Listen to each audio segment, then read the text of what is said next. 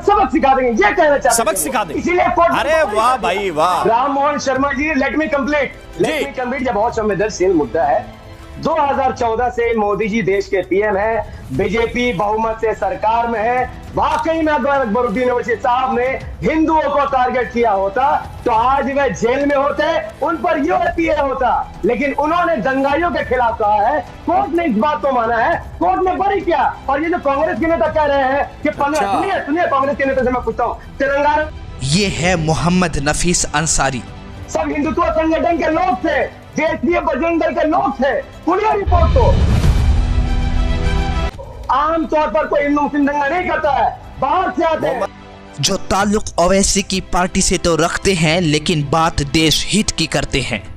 कोलकाता से ताल्लुक रखने वाले यूट्यूबर नफीस अंसारी इन दिनों टीवी डिबेट्स में छाए हुए हैं। सिर्फ इसलिए नहीं कि ये एक पार्टी से ताल्लुक रखते हैं, बल्कि कांग्रेस, टीएमसी, एसपी और बीजेपी के साथ साथ तमाम सेकुलर कहलाने वाली पार्टियां इनकी सोच विचार के साथ सवाल और जवाब को सुनकर हैरान और परेशान रह जाती हैं। आपकी सरकार, संदीप त्रिपाठी रिस्पॉन्ड कर रहे हैं आपको, फिर तो इंसेना के पास मुझे जाना। आपके सीएम तो पूछिए ना, करवाइए अकबर साहब को। संदीप त्रिपाठी, आपके सीएम तो अकबर साहब की इज्जत करते हैं। राम जी, हाल ही में हुए न्यूज चैनल रिपब्लिक भारत के डिबेट में ओवैसी ब्रदर्स के 15 मिनट वाले विवादित बयान को लेकर मोहम्मद नफीस अंसारी ने तमामी पार्टियों के प्रवक्ताओं के साथ साथ जो न्यूज एंकर को जवाब दिया वो सुनने लायक है। मोहम्मद नफीस अंसारी हैं जो प्रवक्ता हैं AIMIM के। आप सब अच्छा सुनिए, बहुत बहुत शुक्रिया रिपब्लिक भारत को मुझे मौका देने के लिए। ये जो समाजवादी पार्टी के प्रवक्ता है, मुझे हंसी आ रही थी इनकी बात के ऊपर कि नीतीश राणा जो मुसलमानों को पाकिस्तानी कह रहा है, मुंबई के मुसलमानों कह रहा है मेयर नहीं बनने देगा। ठीक है, उसकी सोच है। ये जबान नीतीश राणे की नहीं काटेंगे, जबान किसी काटेंगे, ओवैसी साहब की। झटका नीतीश राणे को धमकी नहीं दे रहे, किसको धमका दे रहे? ओवैसी साहब की। समाजवादी पार्टी का बचा कुचा मुस्लिम वोट समाजवादी पार्टी के नेताओं ने मुंबई में खत्म कर दिया है। अब इनकी पूरी राजनीति खत्म। अब आइए आते हैं मुंबई में AIMIM का एजेंडा क्या है। देखिए मुंबई में, यानी ये जो बृहन मुंबई कॉर्पोरेशन इलेक्शन है, इसमें AIMIM का सिर्फ एक ही एजेंडा है। वो एजेंडा ये है कि मुंबई तरक्की करे, मुंबई से कूड़ा खत्म हो, नाली साफ हो। 74,000 करोड़ का टीएमसी का बजट में 10,000 करोड़ रुपए नाली के काम में लगे, एटलीस्ट 10,000 करोड़ रुपए स्लम एरिया में लगे, वहां डेवलपमेंट हो। और ये काम कोई भी कर सकता है, नो डाउट। एक हिंदू महिला भी कर सकती है, कोई जैन भी। नहीं, कैसे कर सकता है भाई? ये कैसे कर सकता है नफीस अंसारी? अरे क्या बात कर रहे हो आप भाई? मेरा बात, अरे पूरा इलेक्शन, पूरा मैं आपकी बात सुन रहा हूँ।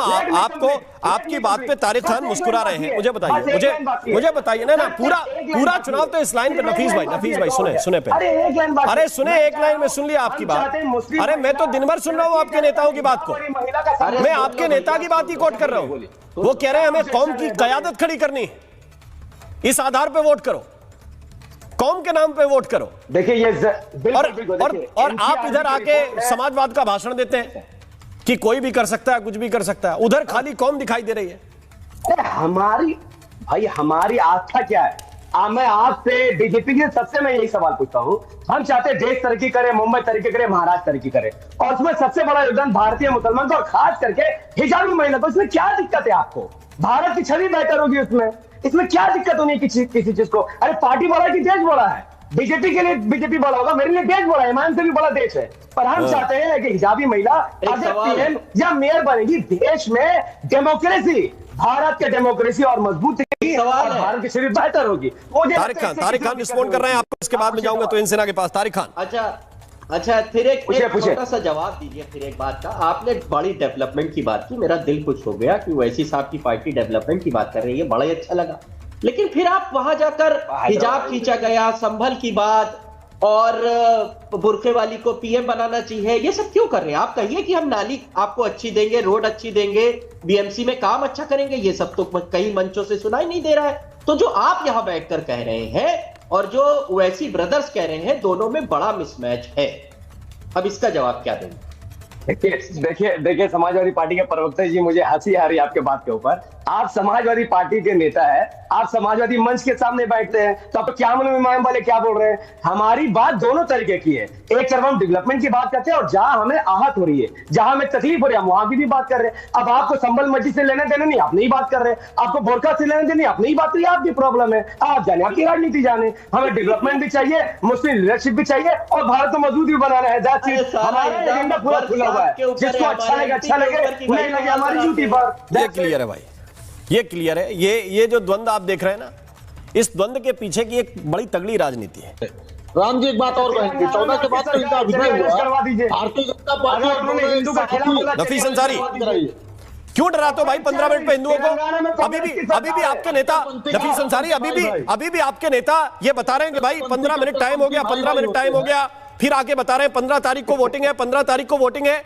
क्यों डराते हो देश के हिंदुओं को भाई? ये क्या स्टाइल ऑफ पॉलिटिक्स है? देखिए अकबरुद्दीन ओवैसी साहब ने महाराष्ट्र विधानसभा इलेक्शन जब चल रहा था, तब उन्होंने कहा 15 मिनट के लिए पुलिस हटा दो, तुम 100 करोड़ है ना, हम 25 करोड़ है ना, पुलिस हटा दो, बता दें किसमें कितना दम। तो साफ जाहिर है उन्होंने सही बात कहा था, क्योंकि गुजरात भी दंगा हुआ, पुलिस गायब, मुजफ्फरनगर दंगा हुआ, पुलिस गायब। क्या सही कहा था? पुलिस गायब। क्या सही कहा था? क्या बता दोगे? अब क्या बता दोगे? एक मिनट रुक जाओ नफीस अंसारी, क्या बोल रहे हो? क्या फिर से बोलो जरा नफीस अंसारी, क्या बता दोगे? नहीं, क्या बता दोगे 15 मिनट में? अरे मैं बता रहा हूँ, मेरी बात तो सुनिए। अरे मेरी बात भी सुनिए ना, क्या बता दोगे 15 मिनट में? बीच से पुलिस को हटा दो, बीच से पुलिस को हटा दो, 100 करोड़ हिंदू 25 करोड़ मुसलमान मिलकर दंगाई को सबक सिखा देंगे, ये कहना चाहते हैं। सबक सिखा देंगे? इसीलिए अरे वाह भाई वाह, क्या बात है, दंगाई को सबक सिखा देंगे? आप लोग समझ, दंगाई को सबक सिखा देंगे? यस, ये कहां बोले दंगाई को सबक सिखा देंगे? चाहते हैं सब हिंदुत्व संगठन के लोग थे, देशीय बजरंग दल के लोग थे। पुलिस रिपोर्ट को आमतौर पर कोई हिंदू मुस्लिम दंगा नहीं करता है, बाहर से आते हैं। मोहम्मद नफीस अंसारी, मोहम्मद नफीस अंसारी, मोहम्मद नफीस अंसारी,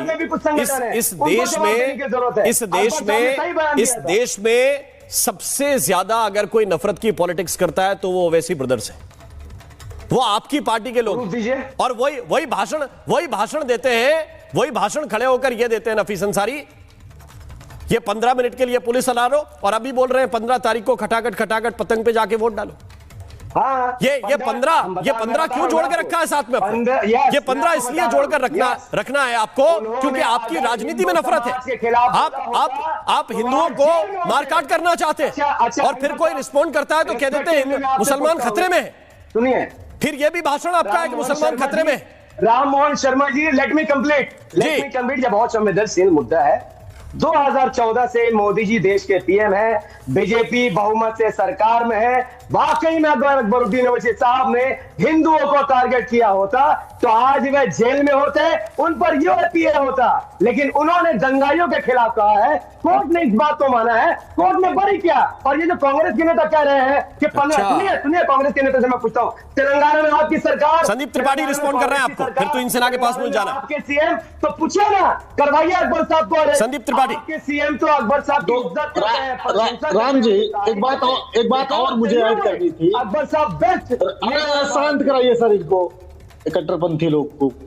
सर एक बात और ये कहनी थी कि तुहिन सिन्हा जी तो वो पार्टी है, आज ये चुनाव की बात हो रही है, इनकी ये बनेंगे, वो कह रहे हैं बुर्का पुली बनेंगी, वो कह रहे हैं जो है मराठी बनेगा। तो महाराष्ट्र में बन चुके हैं, जब मराठी लोगों को मारा जाता है तो ये बीजेपी और शिंदे की सरकार क्या करती है, और ये हमसे मेयर बनाने की कह रहे हैं। हाँ, शुरुआत मुंबई से होगी, पहले मुंबई का मेयर मुस्लिम महिला बनेगी, हिजाबी महिला, वो मुंबई का विकास है। कहाँ से आते हैं, हैदराबाद कहाँ से आते हैं, ये बात बताइए नफीस अंसारी, आपको पता है कि आप क्या बोल रहे हैं? आपको पता है आप क्या बोल रहे हैं? बिल्कुल सही, आपको पता है कि आप क्या बोल रहे हैं? अभी कोई जी आप बताइए, अभी कोई ये यहां बैठ के बोले कि हम तो घूंघट वाली महिला को बनाएंगे मेयर, मोस्ट वेलकम, तो क्या बोलोगे आप? मोस्ट वेलकम, क्या बोलोगे आप? Most welcome. हाँ, कि महिला को घूंघट डलवा रहे हैं ये लोग, ये रूढ़ीवादी लोग हैं। अरे क्यों कट्टरता फैला रहे हो भाई? अगर आपकी पॉलिटिक्स में मुसलमान है तो बोलो ना कि मुसलमान मेयर बनेगा, ये हिजाब वाली मेयर बनेगी, बुर्के वाली मेयर बनेगी, क्या लैंग्वेज है? नहीं, आपने महिला के बारे में, आपको उस महिला को नेता भी बनाना है और उसको बुर्के के अंदर ढक के भी रखना है। भाई हिजाब के अंदर ढक के भी रखना है, ये दोनों काम नहीं चलते भाई। या तो उसको लीडर बनाओ और लीडर बना के वो आजादी लेगी, वो डिसाइड करेगी कि उसको क्या पहनना है। ये ओवैसी ब्रदर्स डिसाइड करेंगे कि महिला को क्या पहनना है क्या नहीं पहनना है। घूंघट करने वाली महिला भी आजाद है, वो तो बोलिए। आप महिला का अपमान कर रहे हैं। अरे हम किसी का अपमान नहीं कर रहे भाई, अपमान करते हो आप। वो अपना मर्जी से हिजाब सारी मुस्लिम महिलाएं क्यों हिजाब पहने, सारी मुस्लिम महिलाएं क्यों बुर्के में रहे, ये आप अपमान कर रहे हो। ये आप मर्द होकर डिसाइड करोगे कौन सी महिला हिजाब पहनेगी कौन सी बुर्का पहनेगी। उनको डिसाइड करने दो, उनको डिसाइड करने दो, उनको डिसाइड करने दो, उनको डिसाइड करने दो ना भाई। और हिंदू महिला ये कौन डिसाइड करेगा? पहनती है और अपनी मर्जी से हिजाब पहनती है। आप फिर वो चूड़ी पहने ना पहने, वो हिजाब पहने पर ये उनकी मर्जी है। आप कैसे बोल सकते हैं कि घूंघट पहने तो बैकवर्ड है? अरे भाई हमको मालूम है कि शरिया में क्या होता है। जो भी थी, अरे हमको मालूम है कि शरिया में क्या होता है। वो ईरान में जो सिगरेट से जला रहे हैं खामनेई को, वो क्यों जला रहे हैं? वो इसलिए जला रही है, वो महिलाएं हैं, इस्लाम को मानने वाली महिलाएं हैं, क्योंकि उन पे बुर्का हिजाब थोप दिया गया। इसलिए मुझे मालूम है कि आप क्या कह रहे हैं, ये आपकी सोच है। आज ही आपके नेता कह रहे थे कि हम नहीं छोड़ने वाले ये सोच।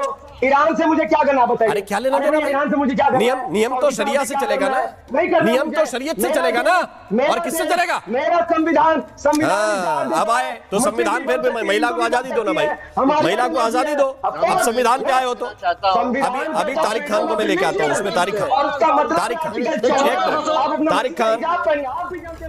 खान एक सेकंड, तारिक खान को बोलने दीजिए। अरे हमारे हमारा कमाल तो ये है ना तारिक खान, कमाल तो ये है तारिक खान के बोलने में बड़ा अच्छा लगता है।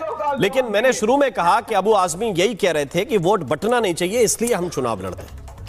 वो वोट क्यों नहीं बंटना चाहिए भाई? अच्छा, तो हिंदू का वोट बटे तो बंटना चाहिए, मुस्लिम का वोट नहीं बंटना चाहिए। ये स्टाइल ऑफ पॉलिटिक्स